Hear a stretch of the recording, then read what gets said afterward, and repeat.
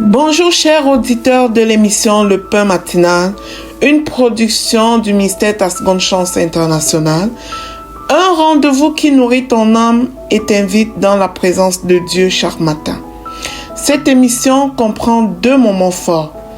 L'exhortation présentée par Dr Dorian pour fortifier ta foi et la parole en mission ou bien les promesses de Dieu proclamées pour libérer ta victoire.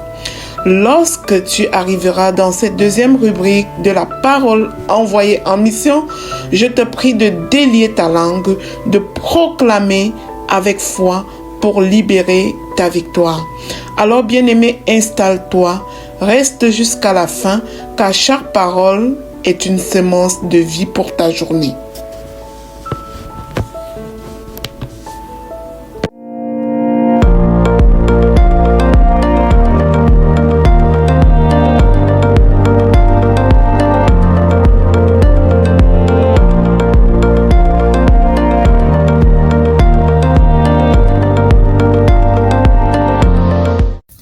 Bonjour chers serviteurs audacieux, bienvenue dans la rubrique exhortation de notre émission Le Pain Matinal.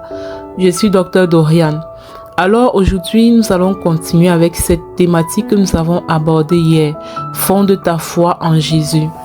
En fait le but de cette thématique c'est de nous exhorter, de nous encourager à prendre conscience de Jésus,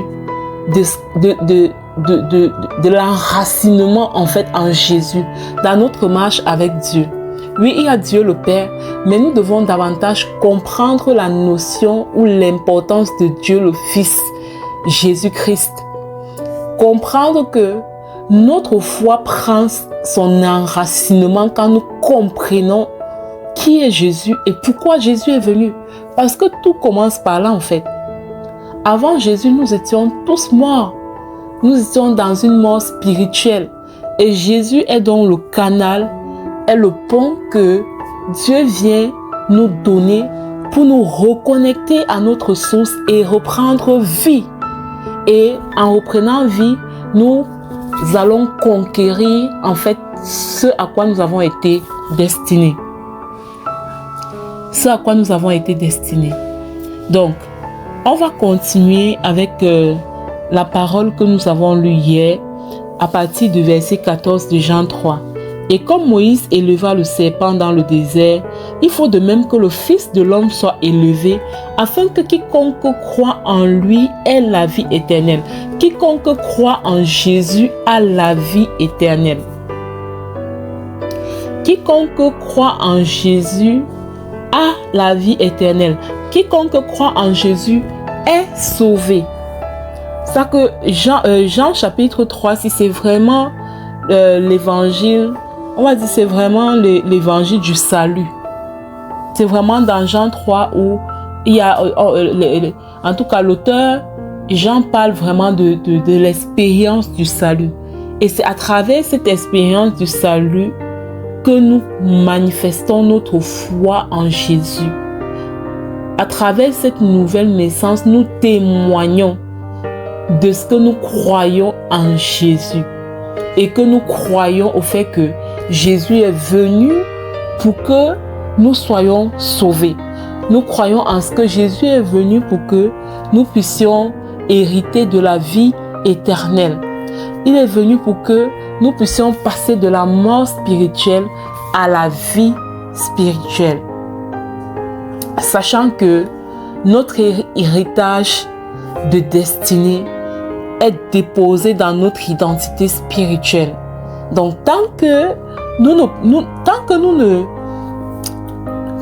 nous donnons pas, tant que nous ne croyons pas, c'est ça le mot, tant que nous ne croyons pas en Jésus, croire qu'il est venu pour nous sauver, qu'il est venu pour nous libérer parce que nous étions captifs, il est venu pour nous sortir du péché, de l'esclavage de l'ennemi. Tant que nous ne croyons pas profondément en ça, il y a des choses que nous ne pouvons pas faire parce que en état de mort spirituelle, tu es limité.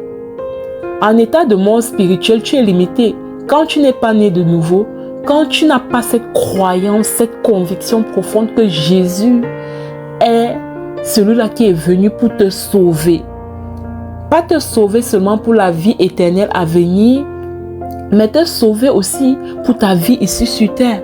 Tant que tu n'as pas cette conviction-là, tu es en état de mort spirituelle.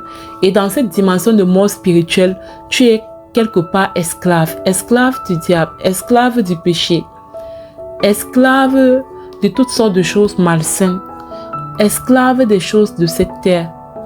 Alors que quand tu crois, quiconque croit en lui, quand tu crois en Jésus, quand tu crois qu'il est venu pour te sauver, tu embrasses à nouveau la vie par la reconnexion à ta source Dieu. Et une fois que tu embrasses cette vie-là, tu passes de la mort à la vie spirituelle. En ce moment, tout ce que Dieu avait déposé dans ton esprit est téléchargé et est manifesté aux yeux de tous. Et tu reprends ton identité d'enfant de Dieu. Il a dit, en tant qu'enfant de Dieu, il nous a créés pour la domination. Tu reprends ton pouvoir de dominer. Ton pouvoir de dominer. Donc, c'est ça. Donc, c'est un avantage. Nous tous avons intérêt à croire en Jésus. Nous tous avons intérêt à fonder notre foi en Jésus. Oui, je crois en Dieu, mais je passe par Jésus le Fils. Parce que Jésus est le pont, est le seul médiateur par qui cette réconciliation avec Dieu est possible. Alors, dans ta relation avec Dieu, tu ne peux pas juste dire « je crois en Dieu ». Tu dois tenir compte de Jésus, prendre considération de Jésus. Et d'ailleurs, dans sa parole, il dit que tout ce que vous demanderez au Père en mon nom. Donc, si tu vas devant Dieu demander des affaires sans préciser au nom de Jésus, you are losing your time. Tu es en train de perdre ton temps. Right? Donc, c'est très important de considérer le nom de Jésus et de fonder sa foi sur Jésus. Voilà. Alors, si c'est la première fois que tu nous écoutes, peut-être depuis YouTube, sache qu'il y a une application sur Play Store, le Pain Matinal. Tu le télécharges dans ton téléphone et tu partages aussi l'information autour de toi pour bénir quelqu'un d'autre.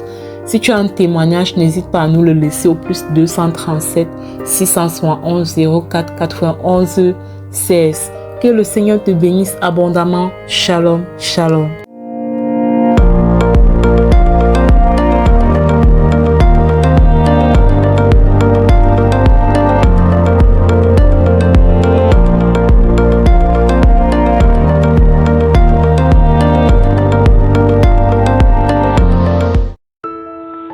Bienvenue dans cette deuxième partie de l'émission Le Pain Matinal du ministère Tascon Chance.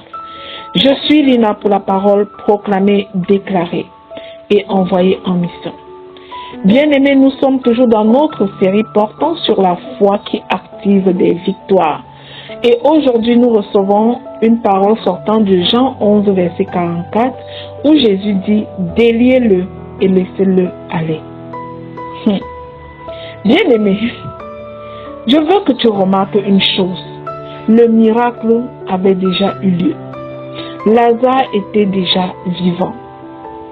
La puissance de la résurrection était déjà manifeste. La puissance de Dieu s'était déjà manifestée. Mais il était encore lié. Et ça, c'est la situation de beaucoup d'entre nous. Beaucoup d'entre nous, quand ils donnent leur vie à Jésus, la puissance de Dieu est déjà manifestée. Ils ont droit à la victoire. Le sang de Jésus a déjà coulé, a déjà parlé fort pour eux. Mais les gens sont encore liés dans les liens ancestraux, dans les liens familiaux, dans les réclamations de toutes sortes, à cause de l'autel du péché. Les bandelettes de la mort entouraient encore les mains de Lazare, ses pieds, son visage. Jésus aurait pu les faire tomber lui-même, bien-aimé. Pourtant, il donne une instruction à ceux qui sont autour. Il dit « déliez-le ». Pourquoi est-ce qu'il donne cette instruction? Ceci nous enseigne une grande vérité. C'est que Dieu ressuscite, mais les disciples, la communauté accompagne la restauration. Il y a des personnes que Dieu relève spirituellement, émotionnellement, professionnellement, mais qui ont encore besoin de quelqu'un qui va les aider à enlever les liens restants, à enlever les habitudes, les mauvaises habitudes, les pensées limitantes. Il y a encore leur âme qui doit être éduquée, les peurs anciennes, les voies de réclamation, les liens familiaux, les liens d'âme. Jésus accomplit l'impossible, mais il confie aux hommes la responsabilité d'aider, d'encadrer et de soutenir. Et lorsqu'on est serviteur de Dieu, on a cette responsabilité d'aider, d'encadrer et de soutenir. C'est ça le rôle du leadership, du mentorat, de l'église, de la famille. Nous ne pouvons pas ressusciter car c'est Dieu seul qui le fait. Mais nous pouvons délier. Dieu nous a donné la parole de délier. Il dit ce que vous délierez sur la terre sera délié au ciel. Il nous donne ce pouvoir. Bien aimé, ça me rappelle des personnes qui me parlent ces derniers temps, des liens familiaux et ancestraux. Oui, ils ont donné leur vie à Jésus, mais ils sont encore liés. Ils ne peuvent pas manifester cette percée. Ils ne peuvent pas accomplir. Ils ne peuvent pas dominer sur leur sphère de domination. Ils ne peuvent pas parce qu'ils sont encore liés. Ils ont besoin d'aide. Alors aujourd'hui, demande-toi, suis-je celui qui doit être délié? Ou suis-je appelé à délier quelqu'un? La résurrection est divine, mais la libération peut être collective. Alors, bien-aimés, ensemble nous allons proclamer. Je proclame et je déclare que Dieu m'a relevé pour marcher librement, au nom de Jésus. Je proclame que les anciennes bandelettes n'ont plus d'autorité sur moi. Les liens sont brisés au nom puissant de Jésus-Christ. Je proclame et je déclare que je ne reste pas lié après mon miracle au nom puissant de Jésus-Christ. Je déclare que j'éduque mon âme, que je me laisse accompagner, je fais le travail qu'il faut pour voir la manifestation de mon miracle au nom puissant de Jésus. Je proclame et je déclare que je reçois l'aide que Dieu place autour de moi au nom de Jésus. Je proclame et je déclare que j'accepte le processus de libération complète au nom puissant de Jésus-Christ. J'annonce que je marche vers une liberté totale. Les mentalités anciennes tombent. Je ne vis plus comme si j'étais encore enfermé au nom puissant de Jésus-Christ. Je proclame et je déclare que Dieu m'entoure de personnes qui m'aident à grandir au nom de Jésus. Je déclare que je suis un instrument de libération pour les autres, car j'ai été libéré au nom puissant de Jésus-Christ. Je proclame et je déclare que par la grâce de Dieu, j'aide à délier ce que Dieu relève au nom de Jésus. Je proclame et je déclare que je ne retiens personne dans son passé au nom puissant et glorieux de Jésus-Christ. Je proclame et je déclare que la liberté fait partie de mon identité et de l'identité de tous les enfants de Dieu au nom puissant de Jésus-Christ.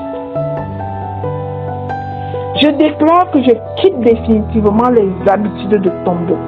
Je suis libre en Christ au nom de Jésus. Je déclare que je marche libre et je laisse les autres aller libres dans le puissant nom du Seigneur Jésus-Christ. Amen, amen, amen. Je scelle et sécurise ces proclamations dans le précieux sang du Seigneur Jésus-Christ.